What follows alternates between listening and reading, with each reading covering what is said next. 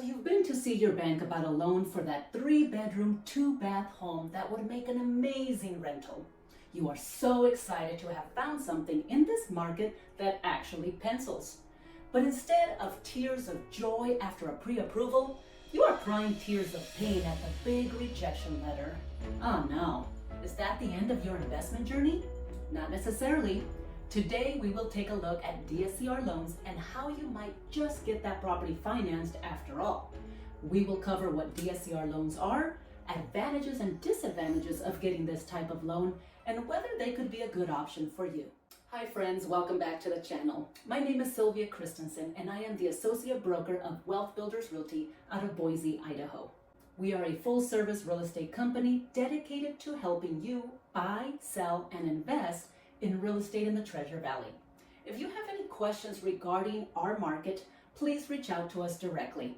Our team is ready to help you take the next step. So back to DSCR loans. What is a DSCR loan? Let's first start by learning what the acronym stands for. DSCR stands for Debt Service Coverage Ratio. It refers to the ability of a property's operating income to cover its debt. To find this ratio, a lender will take the operating income and divide it by the total debt. Generally, lenders are looking for a 1.25 ratio, which would mean that the property is generating 25% more income than its debt.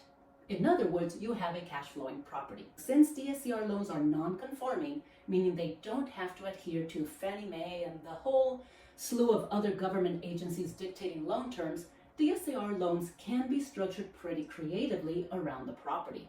The key here being the actual property's ability to make money. DSCR loans offer investors several advantages. By far, the most advantageous is that an individual's personal income is not a factor when it comes to qualifying for a DSCR loan. In traditional financing, a lender will almost always require income tax returns, W-2s, 1099s, etc. as verification of an individual's income and then compare that to the individual's debt obligation. These two numbers then formulate that person's debt to income ratio, DTI. FHA, conventional, VA, they all have a range of DTI ratios that you must fall within if you want to qualify for that loan. Getting approved when you don't have sufficient income relative to your debt is super difficult in this type of loan. As you can imagine, making enough in personal income can be a challenge for those who are already full-time investors or self-employed business owners, whose primary goal might be to lower their tax liability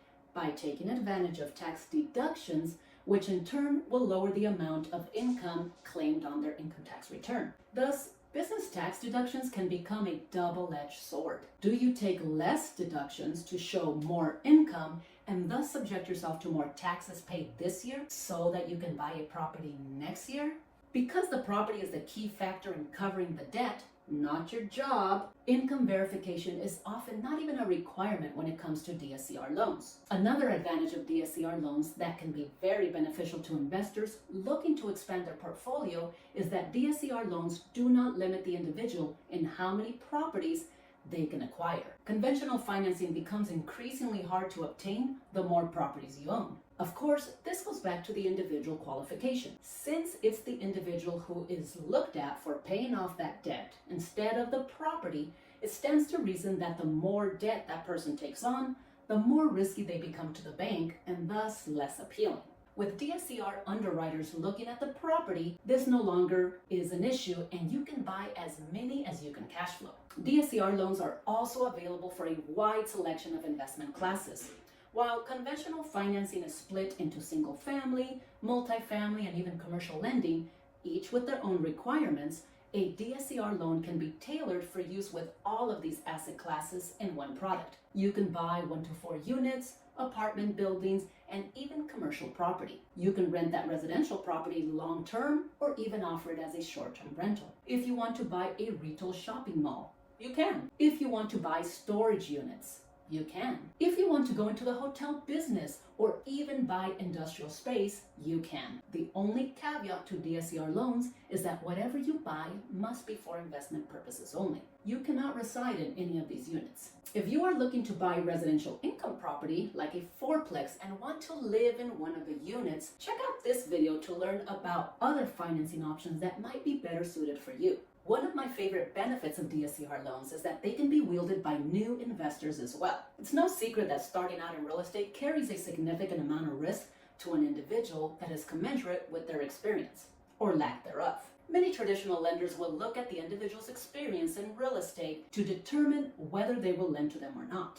Although creditworthiness is still a factor in DSCR loans, simply because making your payment matters, a lender is no longer trying to determine if an individual will be able to manage the property in such a way that it will produce cash flow. That has already been determined when they look at the DSCR. DSCR loans truly have a lot to offer as an investor financing tool. However, there are just as many disadvantages to them as there are benefits. Many of them will have a direct effect on metrics that investors look for when investing in real estate, and some of these DSCR loan requirements will straight out disqualify you for one of these loans. Thus, many investors will seek out DSCR loans only if they cannot qualify conventionally. Because of the sheer nature of the loan, the property you finance must have cash flow, and finding such a property in this market can certainly be a challenge. In fact, to get a property to cash flow, many investors are finding that they must increase their down payment. Unfortunately, a DSCR loan will most likely require a larger down payment. However, the amount of money you put down on a property has a direct correlation to your cash-on-cash return. In general, an investor is trying to keep their down payment to the lowest possible, leveraging the larger debt to yield a higher return.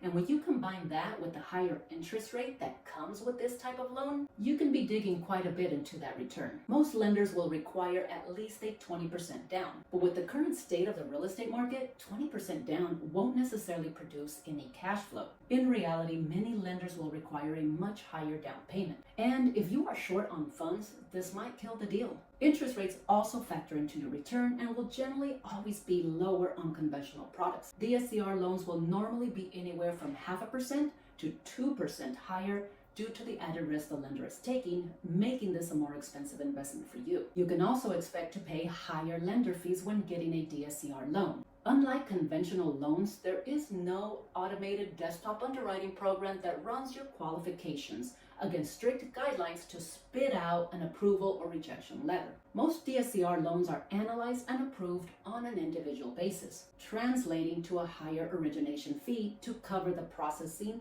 and the administrative costs for these loans. And like a down payment, these are upfront charges that you must come up with to buy. As mentioned previously, interest rates tend to be higher on DSCR loans than on conventional loans. If you wanted to refinance into a conventional loan soon after getting a DSCR loan, the lender would stand to make significantly less money on their investment. To mitigate this potential loss and discourage investors from jumping ship, they impose steeper prepayment penalty fees. Normally, these fees will vary depending on when you repay the loan. The longer you keep it, the lower the prepayment penalty. Every investment loan will require the borrower to have some money in reserves to draw from should they have a vacancy or added expenses for the property that they were not counting on. With DSCR loans, the amount needed in this reserve account could be up to 6 months or more. Some conventionally financed products might only require 3 months, if any. The added money required could be particularly damaging to a new investor low on funds. Reserves don't particularly need to be in a cash savings account.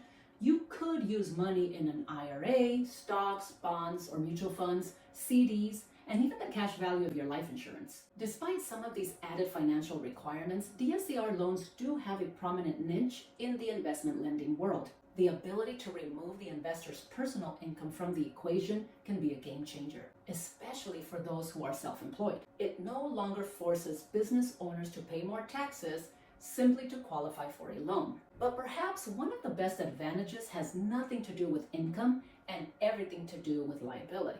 After all, anytime you add tenants and contractors to the mix, you most certainly add risk to your side of the equation. DSCR loans make it way easier to finance the property in the name of your LLC. I hope you found learning about this alternative to conventional financing helpful. As property values continue to go up, paying cash for a property becomes less and less of a reality. Thus, having one more tool in your tool belt becomes paramount to getting your foot in the investment door. If you have considered starting your own real estate investment journey, please remember that our team at Wealth Builders Realty considers it our mission to help you start on the right foot. Check the description below for our contact information and get in touch. We look forward to helping you. Thanks for watching and catch you on the next one.